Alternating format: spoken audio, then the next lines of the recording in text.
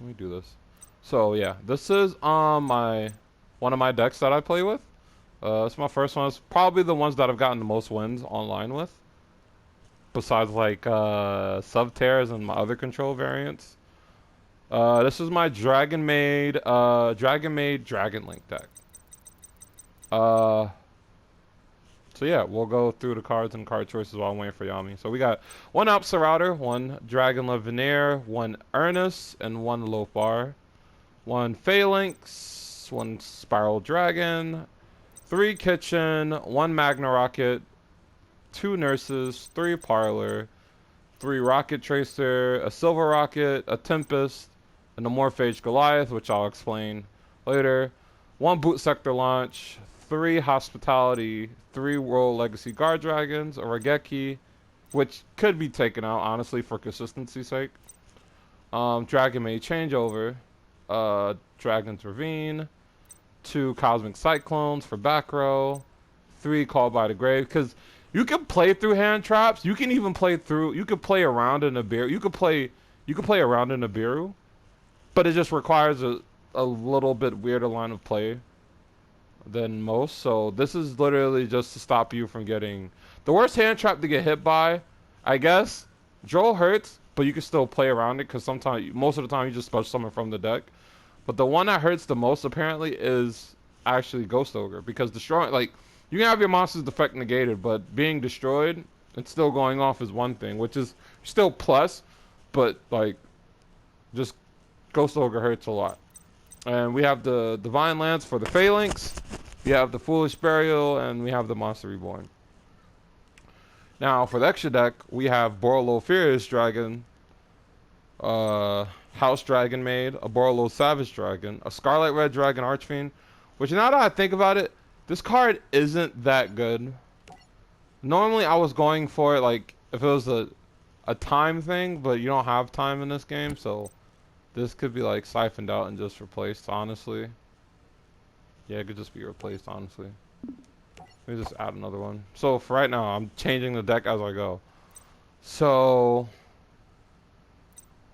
you know, yeah, you got Borolo, standard for DragonLink. You got Hope Harbinger, which is a nice card, especially if you go first and you get to set up your board. Like, I've made this through Interruption. Like, I've actually made this card through Nibiru. And it's not hard, it's just how you have to line up your plays. That's the biggest thing when it comes to playing combo decks, is how you line up your plays. We also have Apollosa, Bow of the Goddess. You still make her, you don't make her as much, but you can make her when you've been interrupted a lot, but still have enough monsters on board. So it's pretty good. Boral Sword Dragon, which just good. I mean, no other way around it.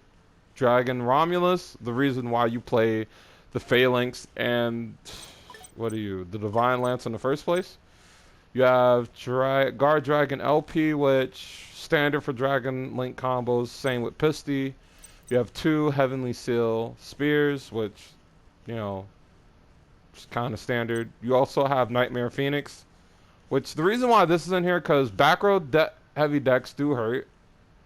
Why I do have in the side deck a lot, but if you're playing like, if you're not playing like player matches, you won't really play a match if you're playing single.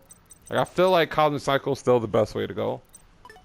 Like, even if you get Cosmic Cyclone, you can always like make at least 2 monsters through just monster effects, summon this and discard a monster, and pop the back row and still play, depending on your hand, right? Now we have the 1 Striker Dragon. I was thinking about bumping this up to 2, but I don't really like going to this card too much. Like, after the first turn, just to summon the Boot Sector Launch, it serves its purpose. And we got Triple Burst Dragon, which is good because it's like, it literally stops you from like losing to like Mirror Force, any of the Mirror Force cards. Like any like effects that would happen during, you know, battle phase with this card would really is good. Now, so typically in this deck, I'm going to explain it rather than to showcase a video right now. I'm going to showcase a combo, but not at this particular time since I'm, you know, streaming right now. So basically, I could show a little combo. So typically, I've seen other people try to make this deck, and this is like the most competitive version of DragonMaid that you're going to get. I took inspiration down off this deck from Shumping, but since we don't have Red Eyes Dark Dragon, there's only so many lines you can go, and there's only so many extenders you can have, because like if I had Red Eyes Dark Metal Dragon, this deck would be like a crisp 40 cards, but I have to add in extra cards. Like you see, I got more spells than anything here. Hold on 1 second.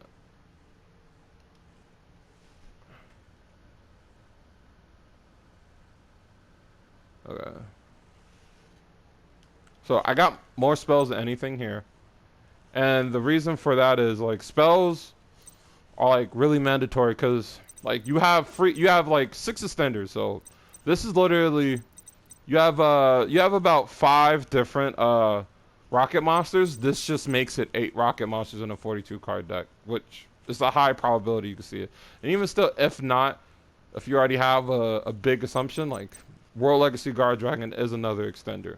So the basis of this deck is to put up an Omni Negate, a Spell Negator, and a Bounce. And typically you will summon Borload Savage Dragon with either a Dragoonity Romulus or, you know, a Heretic Seal. In certain cases, you can set up a Triple Burst Dragon with the Romulus, with the Borload. And also, there's another card you can think about running in here, which is really good for just adding negates on itself, which is extra Foolish Burial Goods, which allows you to not have to, like, if you want to pass the step of needing to add cards in your hand if you get drolled, Foolish Burial Goods is a real good card, because Rocket Tracer is a 1-card Borload Savage, and Foolish Burial Goods literally... Let me show you what this card is. This card, extra Foolish Burial Goods. So you pay half your life points to put 1 card in your extra deck. And this card, almost, it's really nice, right? Because you can dump your Apollosa, your Borload, but you probably won't ever dump Borload. You can dump your extra cards, right? If you don't like the build, here's some side cards as extra Foolish Burial, which... You know, who cares about setting spells and traps during your turn? All the cards you're pretty much using, you activate. So they activate and they stay on the field. So you don't have to worry about the extra little down effect of playing extra Foolish Burial, because, you know, you don't play any trap cards in your main deck to having to worry about all these other cards. But so typically any hand, like even through interruption, like interruption hurt, so if you get interrupted, you can pretty much almost all the time have a choice to make this or this Hope Harbinger. But without interruptions, like I'll say like probably 7 to 8 out of 10 hands, you can make a number 38, a Borload Savage Dragon, and a Heretic Seal of Heavenly Spears. Now, I was thinking about playing with the Union Carrier package to using Dragon Buster Whelp Destruction Sword to like lock people out the extra deck. But you don't really need to do that with this deck, because you have another card that does just that, and it's a Morphage Goliath. This card single-handedly, after you bounce, and I'll probably show a little combo here in a bit, after you bounce your card, like this card to bounce like any card, like any of their problematic, you could bounce their normal summon, and from that point you could just summon Goliath, right? You can summon Goliath. Granted, Goliath will have 0 attack and 0 defense because of Spear's effect, but if you have Borload Savage Dragon and number 38, it won't really matter, right? Because if they try to target it, an Omni Negate, if they try to target it with a spell, a negate, and then if they try to attack into it, since they're locked from the extra deck with the effect of Goliath in itself, they can't use the extra deck and they have to attack into it. But what does number 38 says? If a faced up monster, well, my fault, my bad. What this card says, you can negate when an opponent monster declares an attack. You can detach one material from this card. Change that attack target to this card and perform damage calculations. So, unless they can normal summon on their turn, which you already took a card from their turn, unless they could special summon a monster with over 3,000 attack, they're not getting over. They're not being able to use the extra deck. And it's hard to do that because most decks play off the extra deck. Even Monarchs can't summon a 3,000 attack monster to get over this card. And it's just that phenomenal. So now I'm probably just going to show a little combo with this deck. Since, why not, right? It doesn't matter who I really play. So I don't know. Just we'll just go with super heavies. It doesn't really matter who we play. It's just to show the power of this deck. I'm typically trying to go first, so hopefully they go first. So this deck is really nice. Like, even sometimes, like, the combo lines for this deck are really weird at times. But even still, you can make, like, a really good board. Now, the hand right here, in association with a really good board. Now, let's see. Now, with this deck, already, you can go draw phase. So they can't ash your,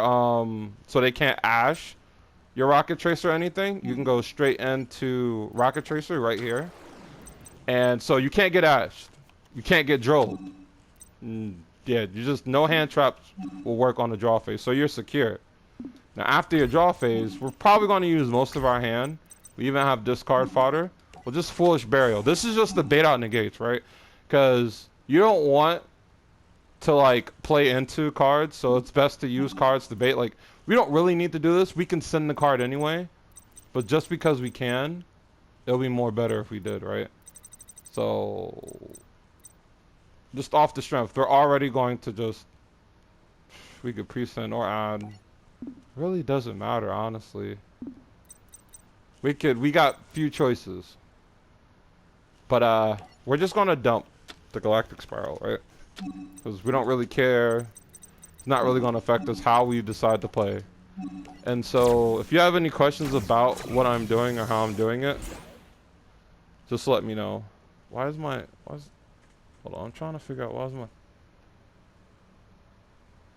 hold on.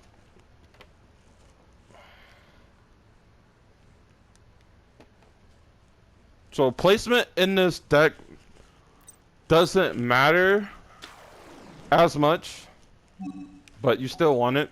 You really want to get this to you know, get this card, and you still haven't used your normal summon, and you have a free special summon if you decide to go to. Now, what you will do, is you'll go into your normal summon. That's why, like, Kitchen and Parlor activate as the same card, essentially, because you want to try to dump Nurse, and that's what you're going to do. You're going to dump Nurse to the graveyard,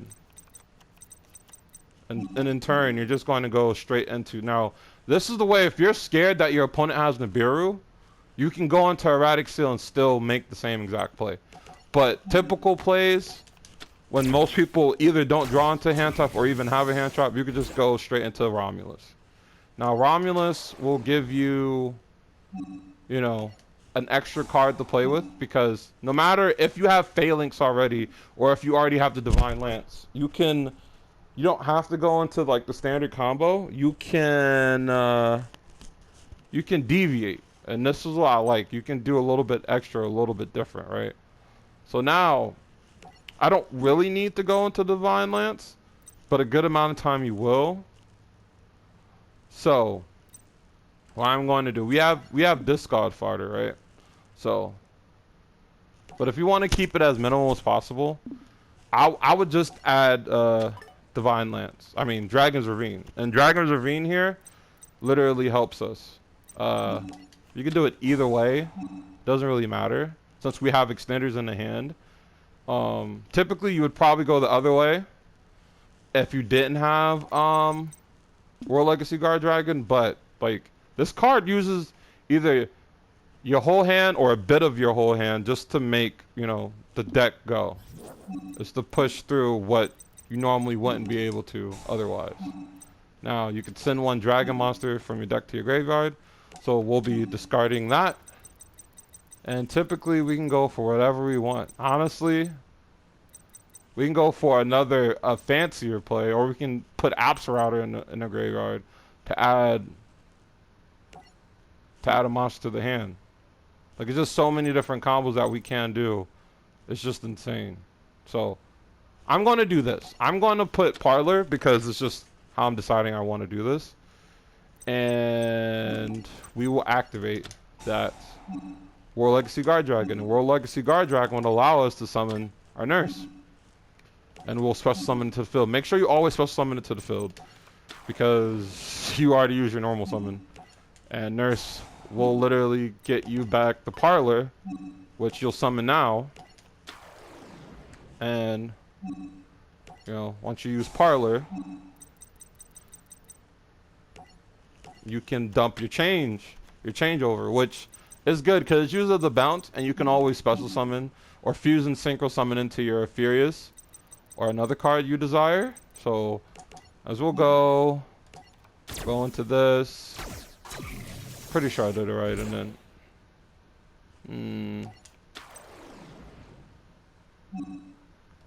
and no applicable effect. We don't need to have an effect for that.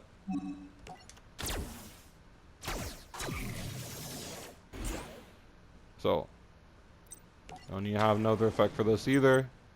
So now, since we already know that we have a Tracer in graveyard and we have these cards, we go ahead and activate our Galactic Spiral Dragon, which automatically gets us, you know, just a free monster. So, we have the decision on how we want or what card we want to get.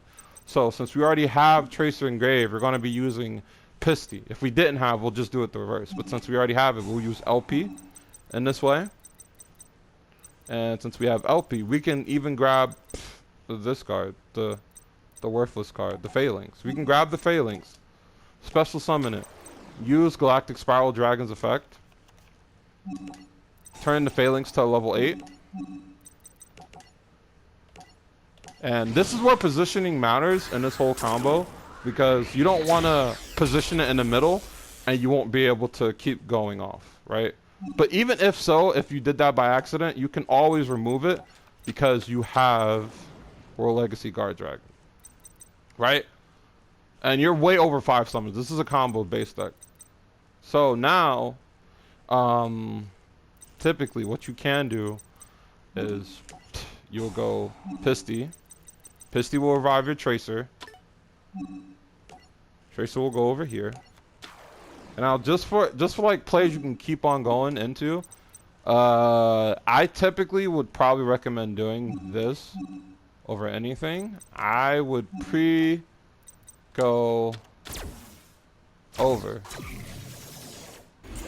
to just go into Erratic Heavenly Spears. Go Erratic, go Spear mode. Yeah, and then we will activate our Rocket Tracer. We will pop the Ravine, because honestly we don't need it after this turn.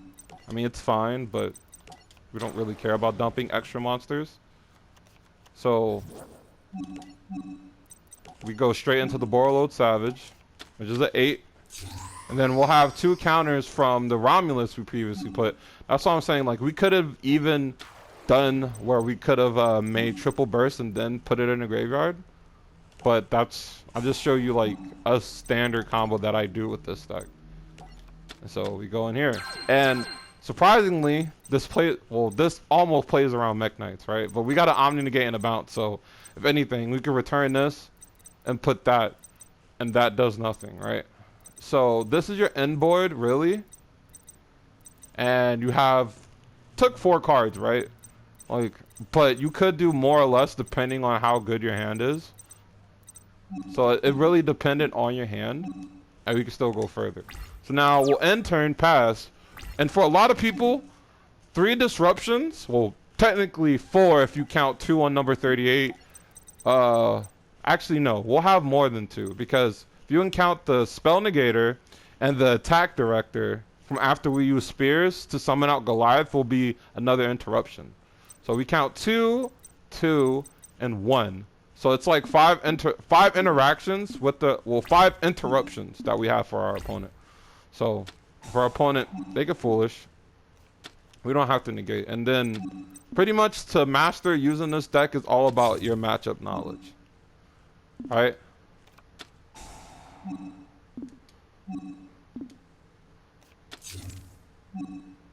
Yeah. Yes. End of the main phase.